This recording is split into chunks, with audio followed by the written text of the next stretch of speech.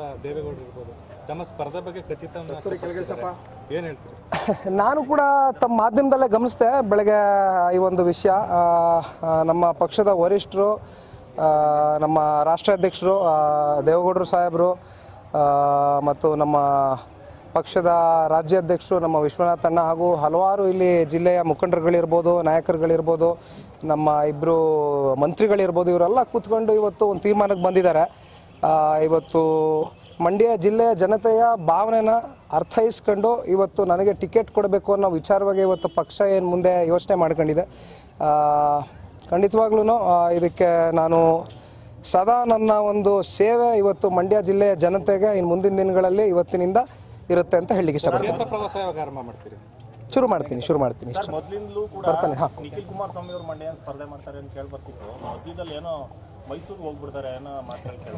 ಇಲ್ಲ ಬ್ರದರ್, ಇವಾಗ ನೋಡಿ, ನಾನು ನನ್ನ ಪಕ್ಷದ ನಿಷ್ಠಾವಂತ ಕಾರ್ಯಕರ್ತನಾಗಿ ಅವತ್ತು ನನ್ನ ಒಂದು ಕಾರ್ಯಕ್ರಮ ಏನೋ ಒಂದು ಅರೇಂಜ್ ಮಾಡ್ಕೊಂಡಿದ್ರು. ನಮ್ಮ GT ದೇವೇಗೌಡ ಸಾಹೇಬರು ನನಗೆ ಆಹ್ವಾನ ಕೊಟ್ಟರು ಬರಲಿಕ್ಕೆ ಆ ಒಂದು ಕಾರ್ಯಕ್ರಮಕ್ಕೆ. ಅದಕ್ಕೋಸ್ಕರ ಹೋಗಿದ್ದೆ ಹೊರತು ಬಹುಶಃ ಅಲ್ಲಿಂದ ಎಲ್ಲೋ ಆ ಥರ ಒಂದಷ್ಟು ವಿಷಯಗಳು ಚರ್ಚೆ ಆಗಲಿಕ್ಕೆ ಕಾರಣ ಆಯ್ತು ಏನೋ. ಬಟ್ ಆ ಥರ ಏನೂ ಇಲ್ಲ ಸರ್. ಸ್ಥಳೀಯ ಕಾಂಗ್ರೆಸ್ ಮುಖಂಡರುಗಳನ್ನ ಏನಾದರೂ ಭೇಟಿ ಮಾತಾಡ್ತೀನಿ. ಖಂಡಿತವಾಗ್ಲೂ ಮಾಡ್ತೀನಿ.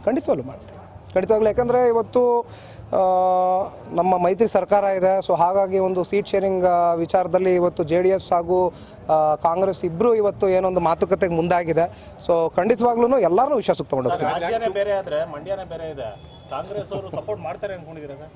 ಖಂಡಿತವಾಗ್ಲೂ ಮಾಡ್ತಾರೆ. ಯಾತಕ್ಕೆ ಮಾಡಲ್ಲ? ಮಾಡ್ತಾರೆ. ಎಲ್ಲ ದೊಡ್ಡವ್ರು ಕೂತ್ ಮಾತಾಡ್ತಾರೆ, ವರಿಷ್ಠರು ಕೂತ್ ಮಾತಾಡ್ತಾರೆ ಆ ವಿಷಯವಾಗಿ. ಸರ್, ಸುಮಲತಾ ಅವರು ಈಗಾಗಲೇ ಕಾಂಗ್ರೆಸ್ ಮುಖಂಡರುಗಳನ್ನ ಭೇಟಿ ಮಾಡ್ತಾ ಇದ್ದಾರೆ. ಇದು ನಿಮ್ಗೆ ಹಿನ್ನಡೆ ಆಗಲ್ವಾ?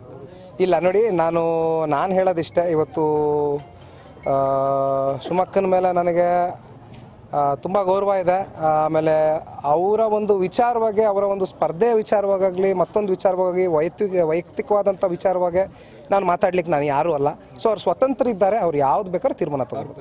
ಯಾವ ಮಾಡ್ತೀನಿ. ಒಳ್ಳೆ ಕಥೆ ಆಯ್ತಲ್ಲ. ನನಗೆ ನನ್ನ ತಮ್ಮ ಇದ್ದಂಗೆ. ಮತ್ತು ನಮ್ಮ ಅಂಬರೀಷ್ ಅಣ್ಣ ಭಾಳ ಹೆಚ್ಚಾಗಿ ಇವತ್ತೇನೆಂದರೆ, ಇವತ್ತು ಮತ್ತೊಮ್ಮೆ ನಾನು ನೆನ್ಸ್ಲಿಕ್ಕೆ ಇಷ್ಟಪಡ್ತೀನಿ. ಅಂಬರೀಷ್ ಅಣ್ಣನ ತುಂಬ ಗೌರವ ಇಟ್ಕೊಂಡಿದ್ದೀನಿ ನಾನು ಅಂಬರೀಷ್ ಅಣ್ಣನ ಬಗ್ಗೆ.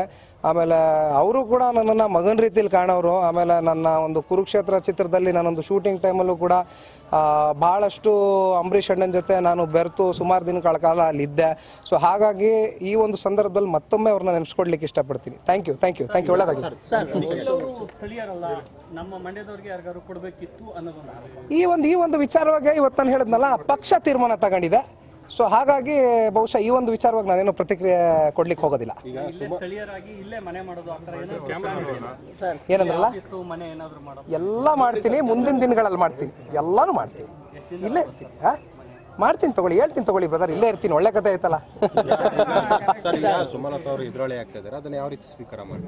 ನಾನು ಹೇಳಿದ್ನಲ್ಲ, ಸ್ವತಂತ್ರ ಇದ್ದಾರೆ ಅವರು. ಇವತ್ತು ಯಾರು ಬೇಕಾದರೂ ನಿಂತ್ಕೋಬಹುದು ಇವತ್ತು ಚುನಾವಣೆಗೆ. ಸೊ ಹಾಗಾಗಿ ಆ ಒಂದು ವಿಷಯದ ಬಗ್ಗೆ ಪ್ರತಿಕ್ರಿಯೆ ಮಾಡೋದು ನೆಸೆಸಿಟಿ ಇಲ್ಲ ಅಂತ ನಾನು ಅನ್ಕೊಂಡಿದ್ದೀನಿ. ಥ್ಯಾಂಕ್ ಯು ಅಣ್ಣ. Thank you.